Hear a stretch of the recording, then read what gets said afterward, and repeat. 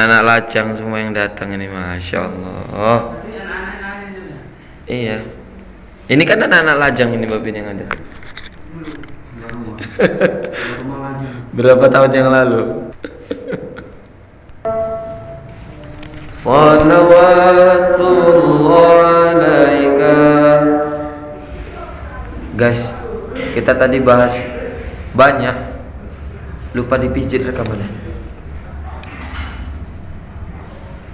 Alhamdulillah. Jadi kita ulang aja lah ya. Ini jamaah udah pada pulang, jadi kita ulang aja, nggak usah pakai mic. Lupa direkam. La ilaha illallah, qadarullah, qadarullah. Ya Allah, nggak dipijit rekamannya. Udah jamaah udah pada pulang.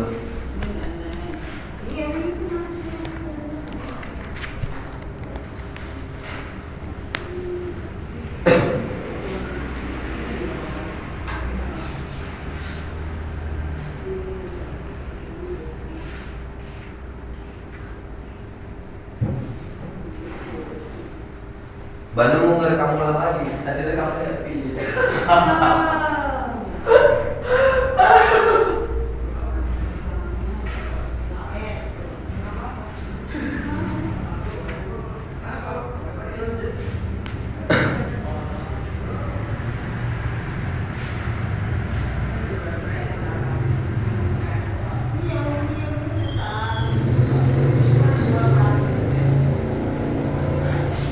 A'udzubillahi minasyaitonirrajim. Bismillahirrahmanirrahim. Assalamualaikum warahmatullahi wabarakatuh. Bismillahirrahmanirrahim. Allahumma shalli ala sayyidina Muhammad wa ala ali sayyidina Muhammad.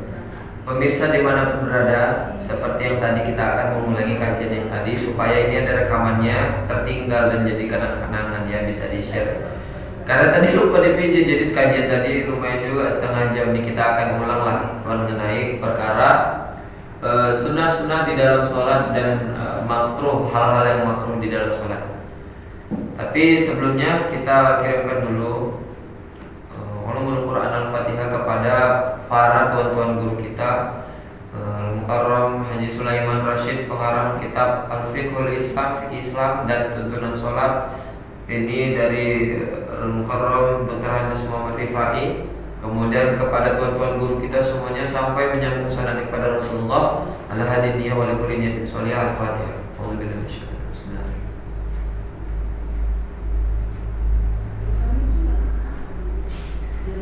Baik, jamaah semuanya, ini karena live streaming jadi nggak ke sini ya, ini nggak ada lagi guys, jamaahnya udah hilang. Pemirsa dimanapun berada, hari ini insya Allah bahasan kita adalah tentang masih seputar bab sholat, yaitu sunnah-sunnah di dalam sholat dan hal-hal yang makruh dalam sholat.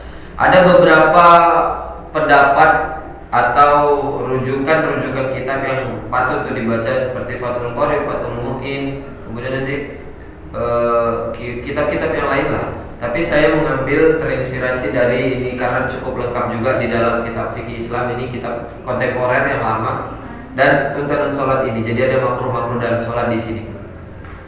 Sebelumnya hadirin, cuma mau ngasih tahu saja bahwasanya kenapa kajian ini diadakan di subuh gitu kan. Subuh itu kita tahu bahkan di banyak tempat, di hampir di semua tempat subuh itu susah bangun, susah datang. Jadi saya menginisiasi untuk bisa menghidupkan kembali aura-aura subuh ini, terutama dengan taklim, karena bisa memancing keberkahan dari manapun, insya Allah, mudah-mudahan ya.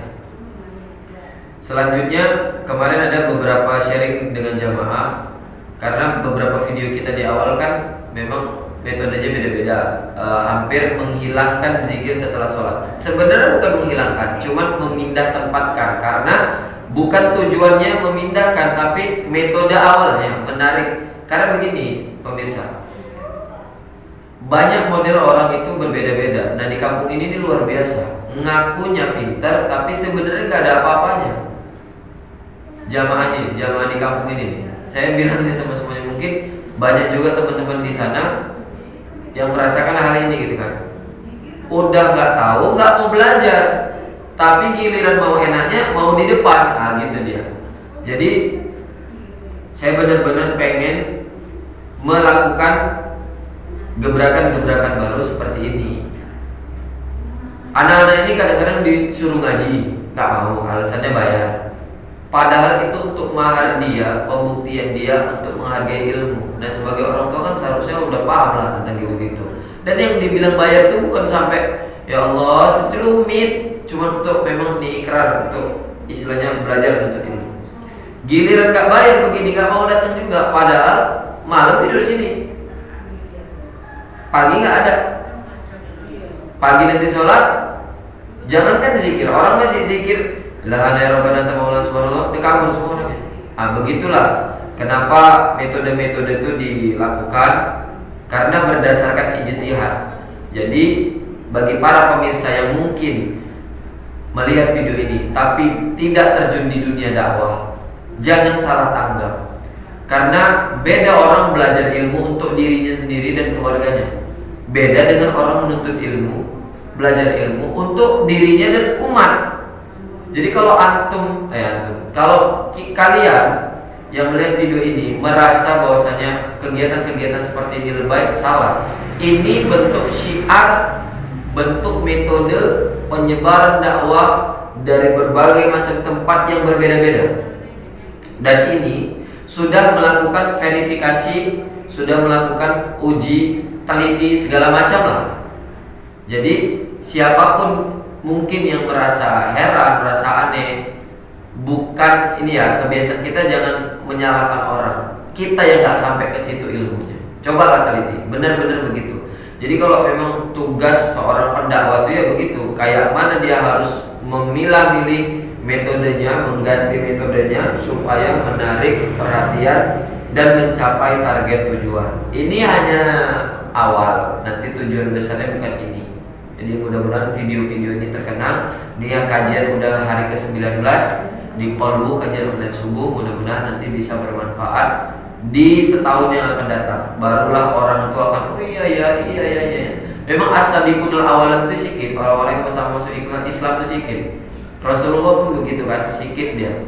Sahabat-sahabatnya, nabi-nabi yang mengakui tentang iman itu sikit. Jadi tugas kita lanjut aja, lanjutkan perjuangan dakwah, takkan kenal lelah, ayo lillah, istiqomah sampai jannah insyaallah. Kemudian jamaah semuanya, untuk masalah kajian-kajian rutin ini tadi agak berkurang sekitar 16 orang, biasanya sampai 30-an, nggak apa-apa, yang penting kita bisa istiqomah. Apalagi nampak tadi ada beberapa bocil-bocil dan ada anak mahasiswa yang niat pengen belajar, mudah-mudahan diberikan kemudahan oleh Allah. Karena beda belajar di YouTube, beda belajar di majelis. Belajar di YouTube dapat ilmu tapi kurang dapat barokah. Belajar di majelis dapat ilmu plus barokah. Seandainya yang di majelis itu pun tidur, ngantuk, nggak dapat apa-apa, tapi dia bawa pulang berkah. Makanya antum-antum semuanya yang mungkin tidak mempelajari kitab, hanya Quran dan hadis saja, tidak mempelajari kitab-kitab, tidak sering duduk di majelis, tidak sering komunikasi, tidak sering sharing dengan orang-orang yang berjuang di bidang dakwah, stop komen. Nanya boleh, stop kritik. Minta saran boleh, ngasih saran boleh, tapi jangan memaksakan. Karena bisa jadi apa yang antum-antum bilang itu lucu didengar, tapi kami juga sebagai aktivis dakwah memaklumi itu karena memang pengetahuan dan pengalaman pasti berbeda. Namun jangan ini menjadikan perpecahan di antara kita. Mari kita sama-sama belajar, kita sama-sama pintar, sama-sama bisa beramal dengan ilmu, bukan dengan ego, insya Allah. Dan baik, itu sajalah sebagai mukadimah. Mudah-mudahan ini kajian hari ini bisa lancar dan mendapatkan berkah. Pertama, ini kita akan bahas tentang sunnah-sunnah di dalam sholat. Mungkin agak kita cepatkan aja ya guys, karena tadi udah setengah jam, ini takut saya mau telepon lagi. Serah dah. Mengangkat kedua tangan saat takbiratul ihram sampai tingginya ujung jari sejajar dengan telinga. Bisa begini ya guys, bisa begini, telinga bawah atau telinga yang atas. Jadi kalau apanya di depan dada sekitar sejengkal, tapi setingginya setinggi bahu. Kira-kira lapak tangannya ini di depan bahu kalau begini. Jadi diusahakan tangan ini menghadap kiblat. Inilah sunnah. Nah, kalau perempuan depan dada, disunahkan dikatungkan. Banyak kita yang tidak mau peduli tentang hal ini. Begini, bahkan sampai musuh Allahu Akbar. Nah, inilah kadang-kadang orang yang menafsir-nafsirkan pengetahuannya sendiri tanpa dia belajar, atau belajar tanpa berguru. Nah, beda ya saudara semuanya. Kita boleh belajar dari YouTube, boleh belajar dari Google, tapi harus juga belajar dari guru. Ilmu dari Google, dari guru adalah memang ilmu yang bersanad langsung. Tapi untuk antum debatkan sama orang lain, itu kadang-kadang agak ada salah komunikasinya. Bukan yang di YouTube yang salah, antum yang salah memahami. Nah, jadi kadang-kadang ini saya lucu juga. Banyak jamaah-jamaah itu udah salah paham, ngotot gitu kan. Bukannya minta solusi, bukannya minta penjelasan. Yang paling harus ditekankan, banyak sharing, banyak belajar, jangan vakum terhadap satu hal. Islam itu fleksibel, Islam itu mudah. Jadi kalau masih gontok-gontok, masih marah-marah, berarti antum gagal paham. Gitu dia. Untuk yang kedua, ini kira-kira ada sekitar 24 nih guys, sunnah-sunnahnya yang dirangkumkan di buku Fiqhul Islam ini. Cuma kita membahasnya ya agak sepadan jari. Yang kedua, mengangkat kedua tangan ketika ruku, ketika berdiri dari ruku, ketika berdiri dari tasyahud awal, seperti pada saat takbiratul ihram. Misalnya guys, Allahu Akbar bukan. Jadi begitu sami Allah, nah diangkat lagi. Waktu dari sedekah pun mau takbir ruku, Allahu Akbar. Kebiasaan kita kan enggak langsung gini. Nah, itulah yang meninggalkan sunnah. Pengertian sunnah sudah selesai kita bahas. Kalau secara syariat dilakukan dia berpahala, ditinggalkan tidak berdosa. Tapi kalau secara pengamalan dilakukan dia berpahala, ditinggalkan dia rugi. Makanya jangan sampai tinggalkan sunnah. Ada beberapa golongan guys yang menganggap sunnah itu adalah kewajiban. Jadi kalau dia meninggalkan sunnah itu sangat sedih hatinya karena meninggalkan perbuatan-perbuatan yang dianggapnya wajib. 3. Meletakkan telapak tangan di atas punggung tangan kiri dan keduanya di bawah dada, diletakkan atau di bawah pusat. Jadi gini ya guys. Ya, ini ada beberapa banyak versi juga dari beberapa mazhab, cuman yang masyhur di Indonesia mazhab Syafi'i seperti ini. Nah, telunjuknya seperti ini digenggam di pergelangan tangan, atau bisa juga seperti ini. Nah, yang sering dilakukan seperti ini tapi di bawah dada, atau yang pilih kedua di bawah pusat. Ada yang seperti ini, ada yang seperti ini, ada yang seperti ini. Ah, banyak, tinggal pilih saja. Tapi kalau saya biasanya pakai yang seperti ini dan di bawah dada. Begitu. Ya, baik, begitu dia. Sunnah yang keempat, melihat ke arah tempat sujud selain pada waktu membaca asyhadu alla ilaha illallah. Ini banyak yang terlupa guys. Jamaah semuanya, teman-teman dimanapun berada, para hadirin.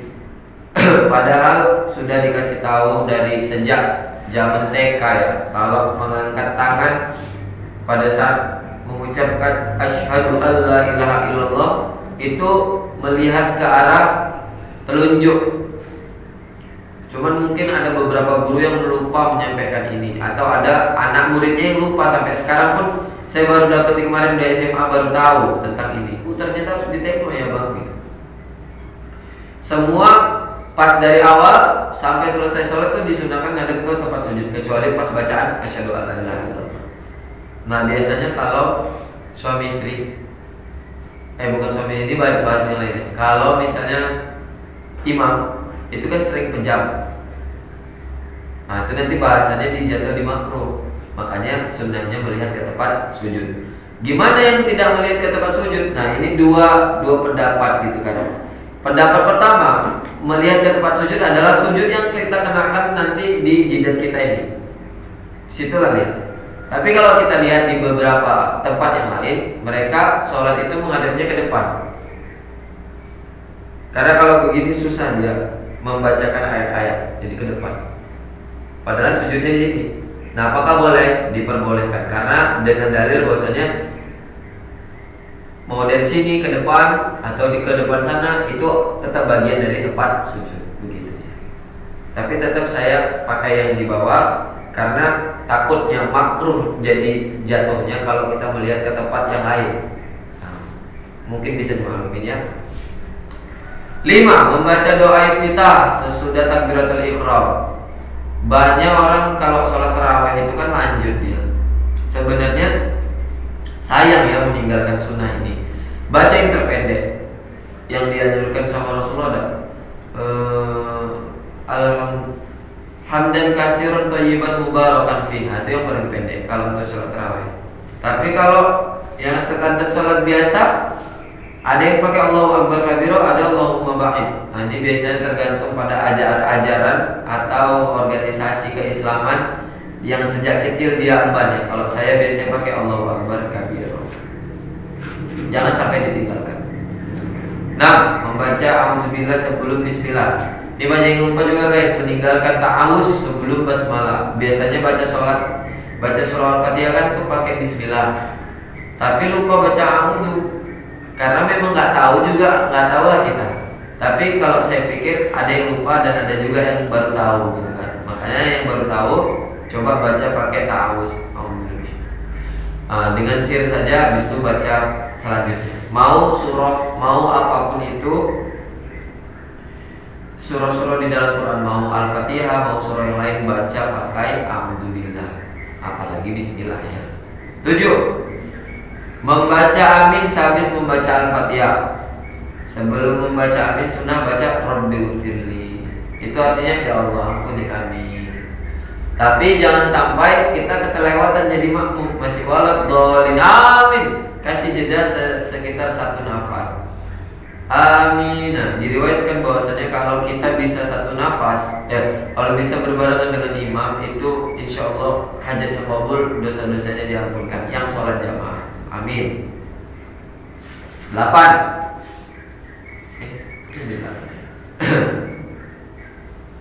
Terlompat dari 8 itu.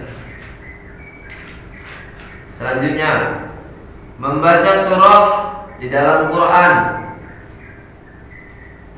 Ini dia juga kalau misalnya yang sunnah itu dari awal ya guys. Jadi dari Al-Fatihah sampai ke Anas. Rakaat pertama itu yang duluan dapat. Rakaat kedua baru yang belakangan dapat. Dan rakaat pertama yang lebih panjang, yang kedua yang lebih pendek. Itu sunnahnya, urutan-urutan kalau baca surah di dalam Quran. Sunnah bagi makmum mendengarkan bacaan imamnya. Nah, kebiasaan kita kan kadang-kadang ngikut gitu. Makanya disunahkan kalau habis baca waladhdallin amin, imam itu berhenti sebentar, kasih jeda makmum untuk baca Al-Fatihah. Jadi ketika baca Al-Fatihah di imam, makmum gak usah ikut-ikut, cukup dalam hati saja, sekalian menafsirkan maknanya. Habis itu siap-siap untuk bilang amin. Nanti selesai amin baru baca Al-Fatihah. Kira-kira 3 ayat pertama, baru imam lanjut membacakan surah yang lain. Makmum mendengarkan saja bacaan surah dari imam sudah sama pahalanya. Tapi kalau dihafal bisa juga untuk diikuti.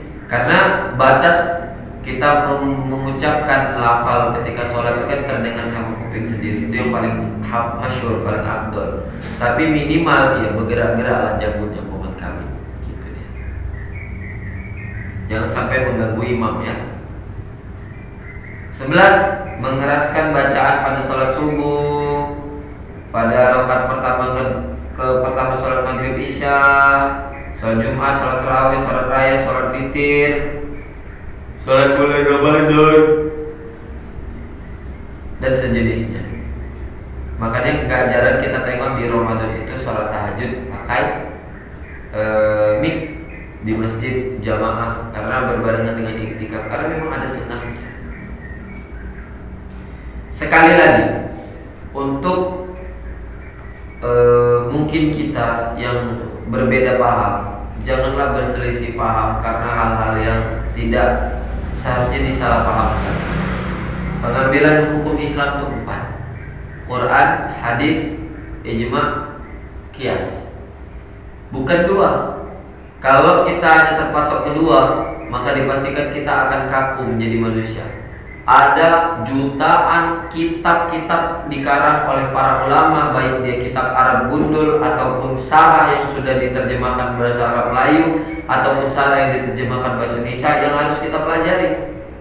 Bukan hanya mendengarkan dari YouTube saja, bukan hanya membaca dari Google saja, bukan hanya membaca dari Quran dan hadis saja. Makanya kalau antum tidak tahu boleh bertanya, jangan ngotot. Kalau nggak tahu nanya, komen, tapi kalau dikasih tahu ya manut. Karena mungkin lawan bicara antum lebih paham lagi dari kita. Lawan bicara kita tuh bisa jadi lebih paham dari kita. Jadi apa salahnya kita bertanya dulu sebelum kita komen panjang lebar. Nah, begitulah kira-kira ya. Ini untuk semua teman-teman Abi, anak-anak Abi, kemudian abang kakak, apalagi orang-orang tua yang mungkin menekuni juga bidang dakwah atau yang sering berkomunikasi atau siapapun, tidak merujuk kepada 1-2 orang, tidak merendahkan, tidak ada niat, cuman hanya mengarahkan supaya jangan terlalu kaku. Islam itu mudah, Islam itu fleksibel. Seandainya pun Rasulullah hadir di sini, Rasulullah pasti akan sangat senang dengan perkembangan zaman yang begitu pesat ini. Hanya saja kita harus memilah-milah mana yang patut diterapkan, mana yang tidak patut diterapkan. Karena kadang-kadang ada penemuan-penemuan yang harus dibinasakan. Karena kalau tetap dipertahankan, ini bisa merusak generasi akhir zaman. Insya Allah ya.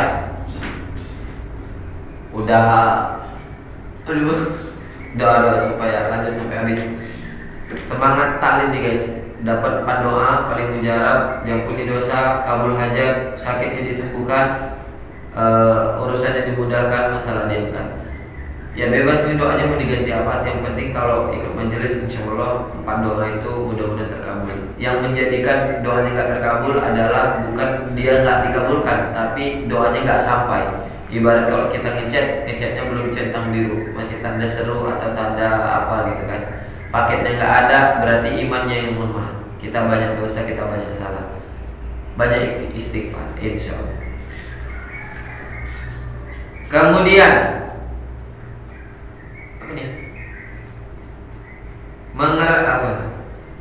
takbir tatkala turun dan bangkit selain ketika bangkit dari ruku. Maksudnya kalau bangkit dari ruku tidak ada guys, sami Allahu liman hamidah. Selain itu dibaca Allahu Akbar.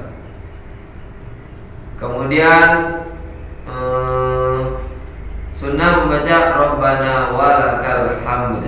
Itu dia. Kalau pas tidak, yang versi lengkapnya juga ada, terserah pada teman-teman masing-masing.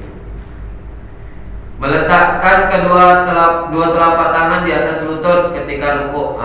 Seperti biasa ya. Ini anggap saja didengkul. Kemudian membaca tasbih 3 kali. Sunnahnya itu guys, tasbih, ruku, sujud itu 3 kali. Tapi ada banyak para pencuri sholat. Pencuri sholat itu orang-orang yang mencuri di dalam sholatnya. Nah ini menggunakan sekali aja baca tasbih, tapi kadang-kadang dia pun belum siap tasbih udah lanjut, tidak ada tumaninah, makanya jadilah sholat lumba-lumba. Itu pencuri di dalam sholat. Hati-hati, sholatnya dibilang lalai ya seperti itu. Badannya sholat, badannya tunduk, tapi hatinya nggak sholat, hatinya nggak tunduk. Gitu dia. Hati-hati ya guys. Membaca doa ketika duduk antara 2 sujud, itu sunnah. Kalau kan kita bahas tentang rukun-rukun sholat ada 13. Sunnah-sunnah ini banyak guys. Termasuk tadi ketika lupa membaca doa kunut di dalam subuh, apakah wajib diganti atau tidak? Kan? Sunnah yang macam mana dia? Terus sujud sahwi atau tidak? Nanti insyaallah di pertemuan selanjutnya kita akan bahas tentang sujud sahwi, sujud tilawah, sama sujud syukur insyaallah. Kalau panjang umur. Ini saya juga harus apa nih guys, mohon doa juga. Harus tetap semangat menyampaikan ini karena nggak tahu juga kapan sampai kapan masih di kampung ini gitu. Bisa jadi pergi keluar dapat amanah di luar, atau nikah dibawa sama calon mertua keluar ya kan, atau mati dibawa ke alam barzah, atau lah yang penting niatkan saja supaya apa-apa yang waktu bisa digunakan itu bisa bermanfaat, nanti bisa ditengok, di share, ini bisa dikasih ke kawan-kawannya, mungkin ini bermanfaat ya guys, insya Allah. Duduk iftirash, bersimpuh pada semua duduk dalam sholat kecuali duduk tasyahud akhir. Ini khusus orang-orang yang sakit boleh tidak ditekuk kakinya atau duduk semaunya, sebisanya. Tapi kalau yang sehat, duduklah dengan yang bagus sesuai yang diajarkan dan ditekuk kakinya. Duduk tawaruk, duduk akhir. Kalau duduk akhir itu sebenarnya kalau di rakaat terakhir, nah ada beberapa pemahaman di jamaah kita ini kadang-kadang rakaat terakhir pun pakai duduk iftirash. Inilah dia karena dia tidak memahami dan tidak menerima kitab di dalam prinsip hidupnya. Jadi begini teman-teman, ada orang-orang yang kemudian hampir salah penafsiran dalam memahami agama. Mereka bilang Islam itu cuma punya dua kitab, yaitu kitab Quran dan kitab hadis. Selebihnya mereka tidak mengakui apa-apa yang disebut dengan mazhab, karena mazhab adalah buatan manusia, bisa salah. Padahal logikanya mereka juga belajar dari guru. Mereka ini teman-teman saya juga guys, cuman yang mudah-mudahan dia tak video ini. Mereka belajar dari guru, tapi tidak mengakui mazhab. Mazhab itu kan guru, bahkan guru antum itu bisa dipastikan tidak lebih baik mungkin ya daripada ulama-ulama empat yang masyhur, Imam Syafi'i, Imam Hanafi, Imam Maliki, Imam Syafi'i, Imam Hambali. Tapi kenapa antum kemudian bisa patuh sama guru tapi tidak kepada ulama-ulama yang empat ini? Minimal salah satu itu. Ini kan pemahaman yang keliru. Sama-sama manusia, memang sama-sama manusia. Tapi coba lihat Imam Syafi'i ketika baca kitab itu sebelah matanya ditutup, takut terbaca semuanya dan dia paham semuanya. Ketika dia pergi berjalan dia tutup telinganya karena dia takut dia hafal semua yang dia dengar. Imam Syafi'i hafal ribuan hadis, mengatakan satu hari di dalam hidupnya satu khatam setiap hari. Di bulan Ramadan 2 kali khatam setiap hari. Antum siapa bisa menyanyi-nyanyi seperti itu? Coba sini ayo, jangan ngomong-ngomong di belakang. Sini kita duduk, kita diskusi. Ini karena sebenarnya di majelis pun saya biasa menyampaikan ini. Bisa kita kadang-kadang modelnya itu seluruh canda-canda. Kalau mau model tegang pun ya bisa gini. Bagi saya itu sebuah perdebatan tuh hal yang sia-sia gitu kan. Tapi sebuah perdebatan itu kadang-kadang indah, supaya memberikan shock terapi kepada orang-orang yang mungkin usil. Dia nggak tahu siapa lawan main dia nggak tahu siapa power lawan dia. Jadi mereka ini beranggapan mereka yang paling hebat, mereka yang paling kuat, sehingga tak mau kalah. Begitu dia tahu dia debat dengan siapa, di situ baru dia akan merasakan gimana. Terus kita tanya sama guru, bawa sini semua gurunya, kita duduk sini, kita buka kitabnya, kita buka sarahnya, kita buka hujahnya. Jangan menampilkan ego masing-masing. Masalah Islam itu mudah, masalah Islam itu indah. Jangan dipersulit, jangan ribet. Lanjut ya, sampai mana pun tadi. Duduk istirahat sebentar sesudah sujud kedua sebelum berdiri. Waktu kecil dulu Habib sering gitu kan. Pernah bilang gini, ya bapak lupa sholatnya, masa udah mau berdiri duduk lagi. Kirain mutahiyat, rupanya memang namanya duduk iftirash guys. Duduk istirahat, duduk sebentar. Jadi pas mau berdiri dari sujud Allah, baru dia berdiri. Kemudian teman-teman semuanya, yang selanjutnya itu menumpukan pada tanah, maksudnya tempat sujud. Gini. Jadi waktu duduk istirahat, waktu mau berdiri ditumpukan kemari. Banyak kita kan yang tidak menumpukan, alasannya masih kuat ditumpukan di paha. Sunnahnya itu begini, Antum jangan buat sunnah sendiri. Sunnah itu yang dilakukan Rasulullah. Dah. Kalau antum nggak tahu nanya, kalau nggak tahu, kalau udah tahu, kalau nggak tahu jangan komen, kalau dikasih tahu jangan ngeyel. Nah itu dia, itu ya. Jangan marah loh, ini kita belajar. Kalau memang ada yang tersinggung apa segala macam, minta maaf. Tapi saya nggak ada niat merendahkan siapapun, nggak ada niat apa siapapun. Cuma geli aja. Jangan sampai kegelian ini berlarut-larut gitu. Jadi kalau bisa yang kita pahami bersama lah. Kalau memang ada dalil-dalil yang lebih fakih dari apa yang saya sampaikan, kabari saya, mungkin saya kurang baca. Dan memang harus begitu. Saya menyampaikan ini bukan berarti saya lebih paten. Saya menyampaikan karena balighu anni walau ayah. Saya merasa diri saya punya waktu luang dan saya harus menyampaikan ini sebagai dakwah. Kalau memang ada yang lebih fakih, silakan sampaikan. Dan saya juga tidak menutup kemungkinan bahwasanya yang mendengarkan bisa jadi orang-orang yang lebih fakih. Bahkan guru-guru saya yang melihat saya dari kejauhan untuk memastikan anak muridnya telah mengamalkan amanahnya. Begitulah kira-kira. Memberi salam yang kedua, karena kalau salam yang pertama kan wajib, yang kedua itu sunnah. Jadi ada beberapa tempat kalau dia sholatnya cepat, kayak di Jawa Timur itu kan, salam yang pertama, salam yang kedua itu umumnya di luar karena dia mau cepat baca Bilal. Padahal ini jangan sampai terjadi karena sunnah pun itu termasuk gerakan sholat. Kalau kita dahului imam takutnya jadi batal. Cuman pendapat yang lain bahwasannya selesailah sholat itu pada salam yang pertama. Maka kalau dia salam yang kedua mau duluan pun gak apa-apa karena sholatnya sudah selesai. Itulah dia pendapat. Abi pakai yang mana? Abi pakai yang tidak mendahului imam, sekalipun Nabi jadi bilang. Ketika memberi salam yang terakhir, hendaklah diniatkan memberi salam kepada yang di sebelah kanan dan kirinya, baik terhadap manusia maupun malaikat. Dan kira-kira kalau misalnya apa itu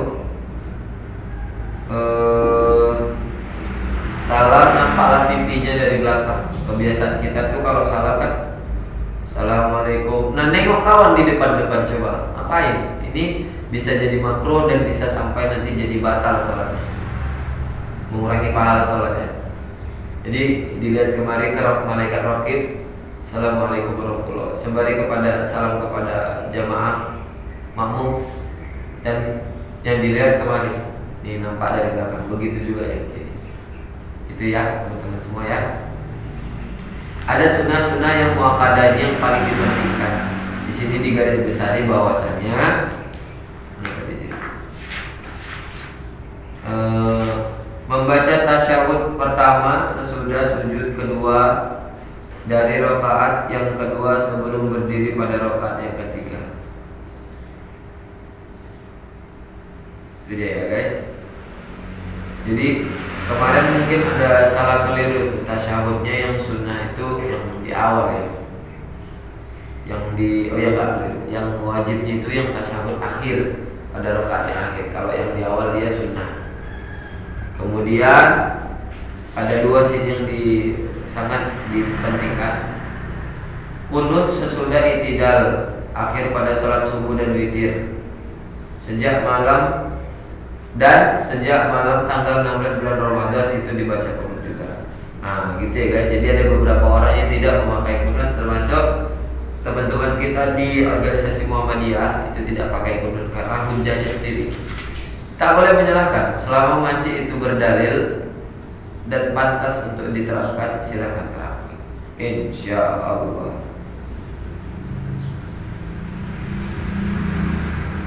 Nih guys, kalau membaca qunut sama membaca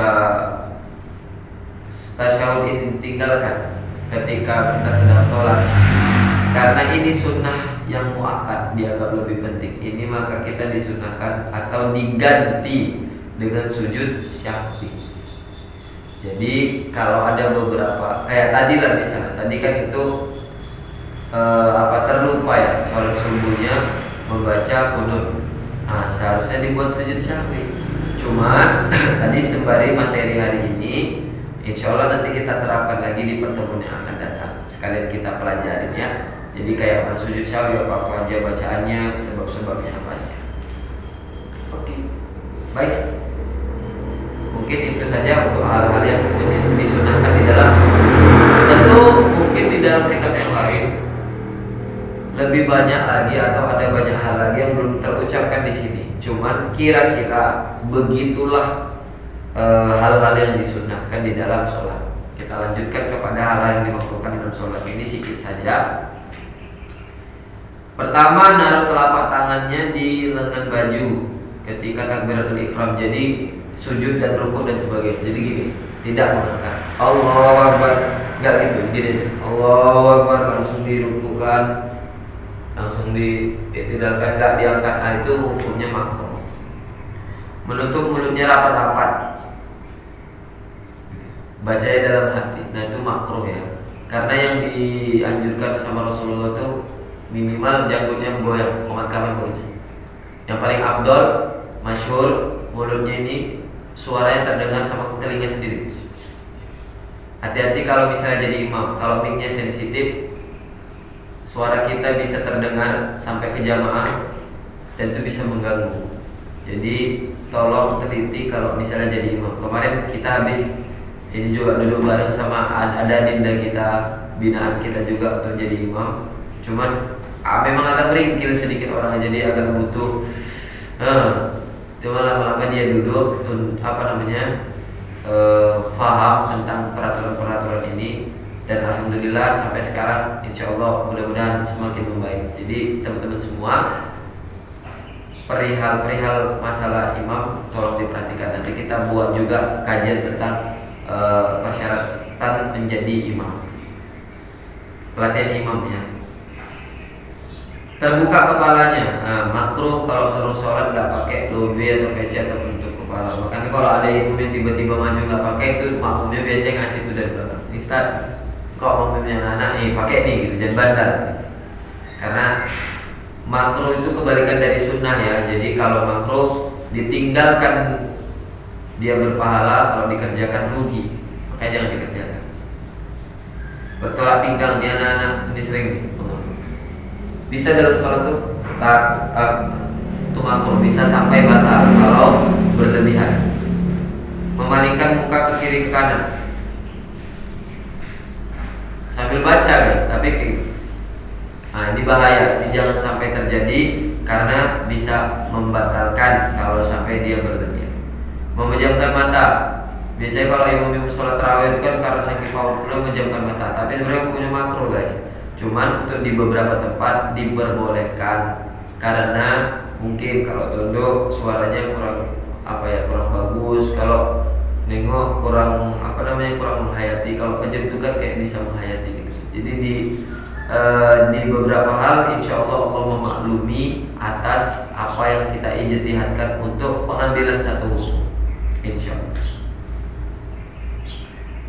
Ada banyak orang-orang yang bilang juga gini guys, Rasulullah itu udah paling suri toladan, paling terbaik untuk memberikan contoh. Ngapainlah kita sibuk-sibuk untuk mengambil hukum baru, membuat hukum baru. Nah, ini sebenarnya pernyataan yang salah ya. Di dalam Islam itu adalah ijtihad, ada ijtihad. Ijtihad itu kalau salah dia dapat satu kebaikan, kalau dia benar dapat dua kebaikan. Maka apapun yang dia bentuknya ijtihad demi syiar Islam itu bagus. Jadi teman-teman semuanya jangan terlalu kaku, Islam itu indah, Islam itu indah. Oke.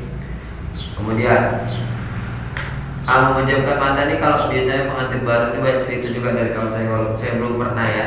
Jadi kalau istri sama suami itu kadang-kadang ganggu-gangguan kalau pas lagi sholat, nah itu boleh dia memejamkan mata, walaupun hukumnya takut ketawa. Menengadah ke langit, sampai kayak mau memalingkan wajah, nggak boleh guys, makruh. Menahan hadas, nahan kentut. Udah di rakaat kedua dia nahan, sampai rakaat ketiga ditahan terus sampai tahiyat dan salam. Pas mau bilang salah, tekan dia, push, batal.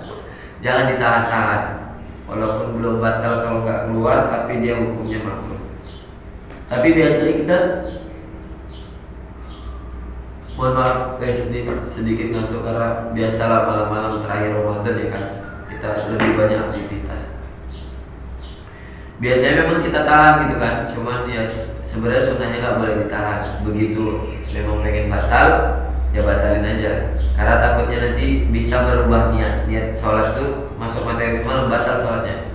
Batalkan ya, batalkan ya. Kalau udah ragu dia jadinya batal. Berludah ini sama kayak apa kemarinnya, buang dahak. Jadi makruh dihindari karena perbuatan kurang terpuji. Mengerjakan sholat di atas kuburan boleh guys, dimanapun sholat boleh asalkan di tempatnya suci. Cuman tidak lazim akan dimakruhkan. Melakukan hal-hal yang mengurangi kekhusyukan di dalam sholat. Nah itu diterjemahkan dengan sendirinya, termasuk misalnya kayak anak-anak itu kalau batuk. Ya itu saja lagi sebahasan kita untuk hari ini. Insya Allah ini bermanfaat bagi kehidupan kita dan akan datang. Ayo kita belajar, ayo kita buat majelis, ayo kita sama-sama peduli tentang perkembangan zaman, perkembangan umat. Ada banyak metode, jangan kaku. Ada banyak cara, jangan terus menyalah-nyalah. Kita hidup di dunia ini sebentar, banyak buat baik. Jadi orang baik, banyak buat baik. Ini pertemuan ke-19, mudah-mudahan ini bisa bermanfaat. Kita berharap besar keinginan-keinginan kita itu terkabul. Berkah wasilah majelis taklim dan sholawat yang ada di kampung kita. Saya juga bukan hanya mau mengajarkan ini pada kampung saya juga menghimbau kepada teman-teman semua. Mungkin di seluruh pelosok Indonesia banyak kampung-kampung kita yang letaknya strategis tapi tidak ada pengajian atau jarang pengajian, sehingga dianggap warga-warganya paham padahal buta.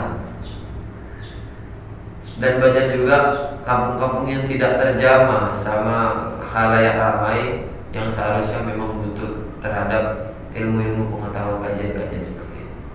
Insyaallah dakwah kita dipermudah, semuanya dilancarkan. Amin ya rabbal alamin. Kita tutup dengan lafaz alhamdulillahirabbil alamin.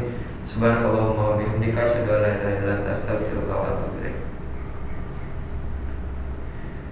Tabira tadi kalau di yang aslinya doa guys, doa habis sholat, tapi ini nggak usah karena sudah ya diwakili. Lebih kurang saya mohon maaf, kalau kita mohon ampun. Insyaallah kita sambung besok. Assalamualaikum.